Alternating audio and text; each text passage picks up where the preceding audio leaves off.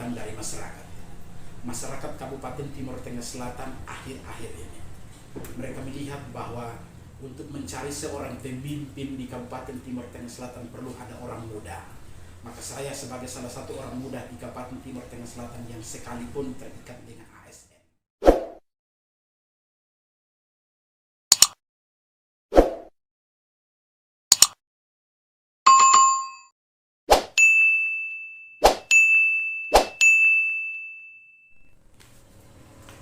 Baik, selamat berjumpa kembali lagi bersama saya Franciscus Talam dalam acara Bincang Bersama. Dalam topik kali ini kita bicara mengenai profesi pegawai negeri sipil, dan hari ini kita bersama dengan seorang tokoh yang juga sebagai aparatur sipil negara, khususnya di lingkup Pemda TTS. Beliau tidak asing lagi, beliau adalah Pak Maksi Angket, bertugas di Badan Kesatuan Bangsa dan Politik Kabupaten Timur Tengah Selatan. Langsung saja kita sapa beliau. Selamat sore. Selamat sore, Max. Selamat Ini sore, Pak. panggilannya Max atau gaulnya apa nih? Sapaan biasa setiap hari itu Maksi. Maksi. Biar untuk lebih dikenal juga, begitu Pak. Tapi saya lebih akrabnya panggil Pak Max. Siap, tidak apa-apa. Oke, baik. Baik, langsung saja Pak Max. Mungkin Iya. kita bercerita sedikit. Ini perkenalan sedikit. Mungkin yang pemirsa ada yang sudah kenal ya tidak perlu tahu lebih dalam, tapi ada juga yang belum tahu tuh. Jadi mungkin bisa langsung perkenalkan diri, istri berapa, anak berapa. Baik. Baik, terima kasih buat yang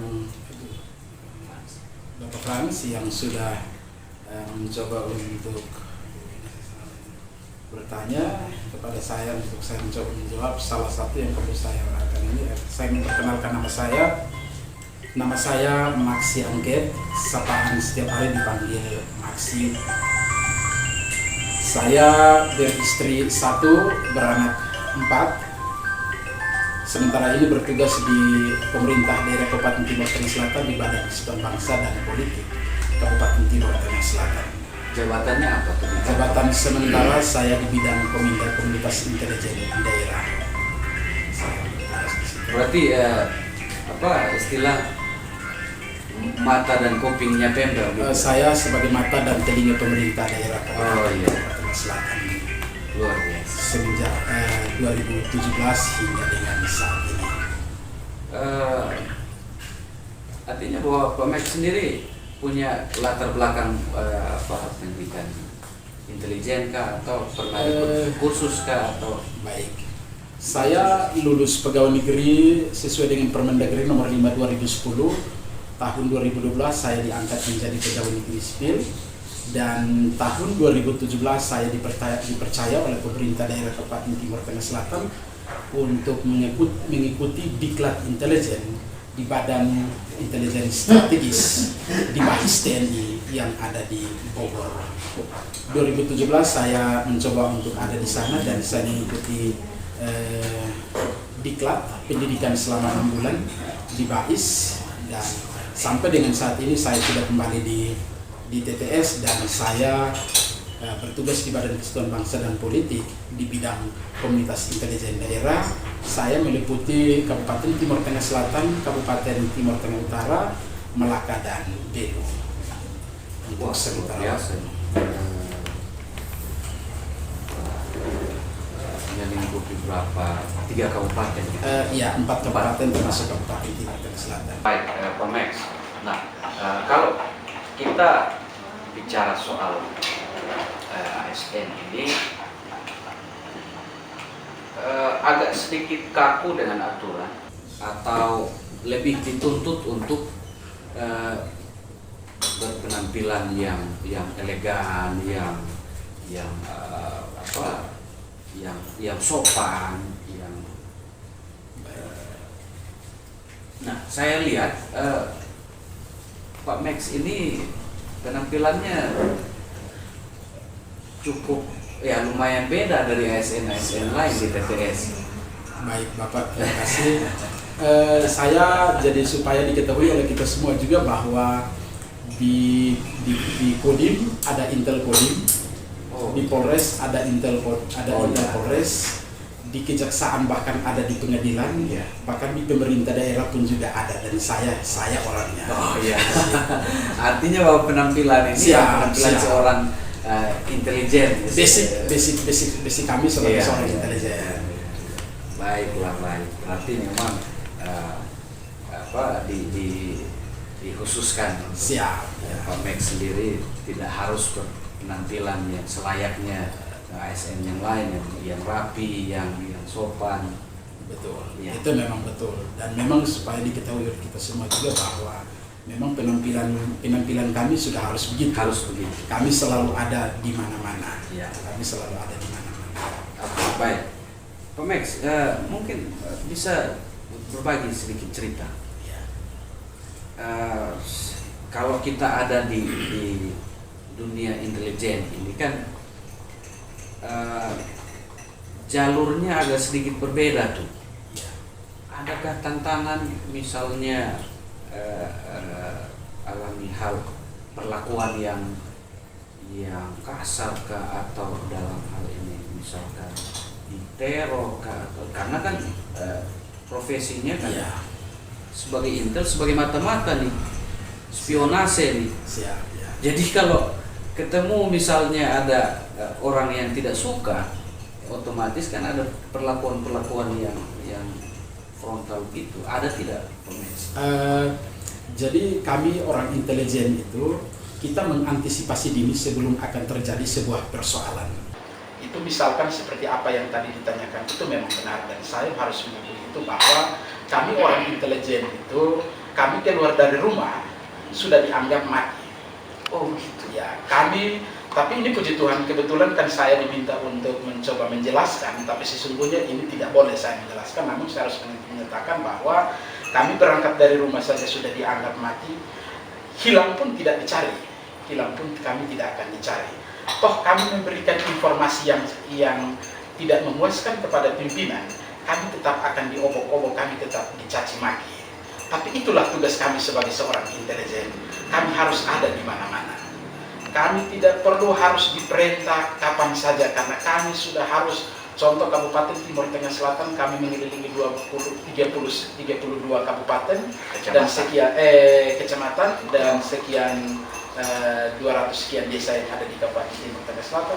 Setiap ada pergolakan di desa, kami sudah harus ada di sana, dan tidak perlu kami harus misalkan ada intervensi dari siapapun dia orang. Kami tidak boleh diintervensi, karena itu tugas kami sebagai mata dan telinga. Nah, tadi Pak Max bilang keluar dari rumah itu saja sudah dianggap mati. Setuju. Nah, bagaimana dengan ibu dan anak-anak di rumah? Itu yang tadi Kira-kira saya katakan. Itu yang tadi saya katakan. kekhawatirannya seperti apa, ada tidak, atau Kerahasiaan kami seorang istri pun juga tidak boleh tahu. oh begitu. Ya, rahasia negara tidak boleh disampaikan kepada istri, apalagi orang lain. Oh gitu.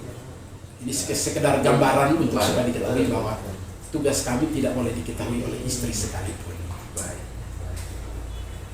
Jadi memang ini pekerjaan yang cukup menantang juga, dan butuh keberanian yang kuat dari seorang maksi angket untuk menjalankan tugas dan tanggung jawab sebagai seorang abdi negara. Sudah ada di bahu sebagai abdi negara. Baik, Pak Max, bicara soal karir nih, eselonnya berapa sekarang? Oh, saya belum dapat jabatan job. Begitu. Ya. Kita tergantung pada pimpinan. Saya tidak bisa mengatakan sampai. Oke, baik, siap. Ya, oke. Nah, dalam hal menjalankan tugas, kira-kira di khusus Timur Tengah Selatan ini, mungkin bisa ceritakan sedikit hal-hal yang kurang menyenangkan di dalam penelusuran, karena ini kan kita bicara ini konteksnya dalam hal tata kelola pemerintahan daerah. Ya, ada hal-hal yang mungkin sedikit masuk dan mengganggu kenyamanan di daerah. Misalnya di waktu-waktu yang lalu ada kaum khilaf itu masuk ke sini. Nah, selain itu, kira-kira mungkin Pak Max bisa berbagi ke kita, ke para pemirsa,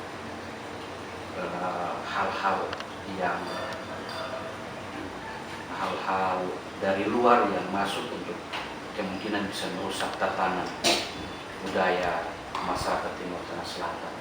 Supaya ini kan sekalian kita edukasi juga, kita sampaikan ke masyarakat bahwa ini isu-isu ini yang kemudian akan berpotensi terjadi di Timur Tengah Selatan. Jadi masyarakat juga tahu bisa berhati-hati di lingkungan dalam hal bersosialisasi. Baik, kami dari pihak pemerintah Kabupaten Timur Tengah Selatan, kami ibarat kata orang full bucket. Kami selalu ada di lapangan, kami selalu ada di desa dengan satu tujuan, untuk kami mencari tahu informasi. Informasi itu mengantisipasi dini sebelum akan terjadi sebuah persoalan di kemudian hari, seperti apa yang tadi dikatakan bahwa kita mencoba untuk melihat situasi perkembangan akhir-akhir ini di Kabupaten Timur Tengah Selatan. Saya perlu menyatakan buat kita semua juga bahwa untuk pemirsa semua juga bahwa salah satu itu kebetulan kita akan masuk dalam perpolitikan ke depan. Perpolitikan ke depan itu perlu kita menjaganya agar supaya jangan sampai ada yang mencela di antara para bakal calon. Itu tugas kami agar supaya kita menjaga stabilitas Kabupaten Timur Tengah Selatan dalam berpolitik. Itu kita boleh bermusuhan sementara. Namun saya harus katakan bahwa kita di dalam Tuhan kita orang bersaudara, karena Kabupaten Timur Tengah Selatan berbicara tentang politik, dia musiman. Tapi orang bersaudara di Kabupaten Timur Tengah Selatan kita kekal. Itu yang perlu saya sampaikan buat kita semua, bahwa untuk yang lain berbicara tentang akan timbul sebuah persoalan di depan, menurut saya untuk sementara tidak, tapi yang bisa kita lihat menuju ke 2024 itu 2022 ini sudah dimulai, dan saya harus katakan buat kita semua bahwa kita perlu menjaga Kabupaten Timur Tengah Selatan ke depan dalam berpolitik. Jadi artinya menetralisir untuk kemudian tidak ada gejolak Setuju. Ya. Dalam hal kampanye. Kalau itu mengenai politik. Kalau misalnya tentang tatanan sosial, kira-kira ada tidak hal-hal yang bersifat yang urgensitasnya tinggi, yang kemudian dari hasil pantauannya tim intelijen itu ada tidak yang masuk untuk bisa mempengaruhi tatanan sosial, misalnya mempengaruhi budaya berpikir masyarakat melalui doktrin dan lain sebagainya, ada tidak itu? Baik, kami melihat sesungguhnya itu ada. Saya harus katakan bahwa itu dia bisa masuk melalui LSM, dia bisa masuk melalui organisasi-organisasi yang lain, misalkan itu dalam keagamaan. Itu dia bisa sampai nanti bisa merongrong pemerintah. Namun itu kami sebatas full bucket, dan itu tidak bisa nanti kami sampaikan ke publik untuk supaya publik mengetahui itu. Itu menjadi bahan referensi bagi kami untuk kami menjaga, mengantisipasi dia tidak akan terjadi sebuah persoalan di kemudian hari. Oke, baik. Artinya bahwa dari hasil full bucket itu kemudian dilakukan monitoring, Ya, kemudian apa istilah ada penyaringan gitu Ya. di kantor, ya, karena harus organisasi apapun itu yang mau berafiliasi di Kabupaten Timur Tengah Selatan harus pasti terdaftarnya melalui Badan Kesehatan Bangsa dan Politik pemerintah daerah Kabupaten Timur Tengah Selatan. Jadi memang itu, ataukah ada langkah antisipatif lain? Iya, memang Selain- memang sebagai pemerintah daerah kami ada langkah-langkah lain. Tapi itu tidak bisa saya sampaikan Oh, iya. karena itu menjadi rahasia bagi kami. Baik, Pak Max, kita sudah di penghujung acara. Mungkin ada satu lagi pertanyaan yang perlu dijawab untuk diketahui bersama. Ini ada isu-isu Pak Max ini akan maju sebagai salah satu bakal calon kepala daerah di periode-periode mendatang. Kira-kira betul tidak itu isu itu? Mungkin bisa bagikan sedikit ke pemirsa. Terima kasih. Saya berterima kasih. Pertanyaan itu saya memberi apresiasi karena saya bersyukur ketika kalau nanti amanah itu datang dari masyarakat Kabupaten Timur Tengah Selatan akhir-akhir ini. Mereka melihat bahwa untuk mencari seorang pemimpin di Kabupaten Timur Tengah Selatan perlu ada orang muda. Maka saya sebagai salah satu orang muda di Kabupaten Timur Tengah Selatan yang sekalipun terikat dengan ASN, aparatur sipil negara yang ada yang kebetulan bertugas di Pemda Kabupaten Timur Tengah Selatan, saya harus menyatakan bahwa kalau amanah itu datang dari masyarakat, kenapa saya harus menolaknya?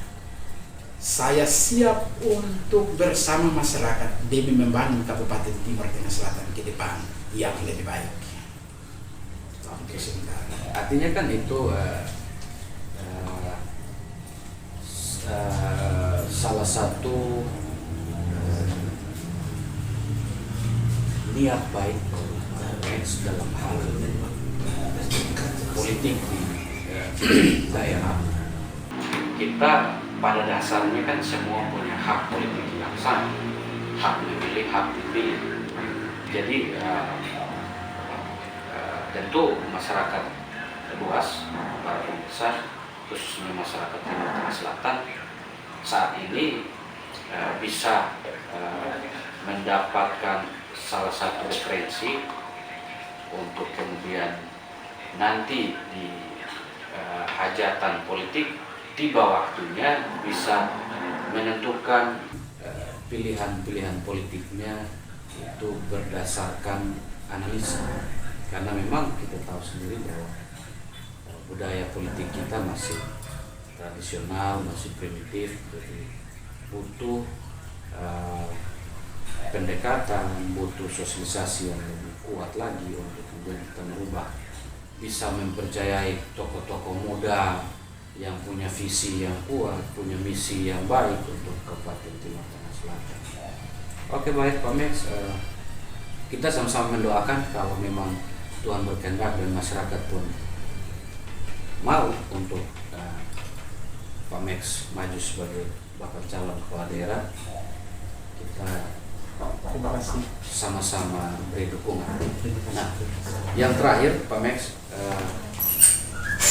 mungkin bisa sampaikan sesuatu kepada masyarakat Timur Tengah Selatan, para pemirsa, terkait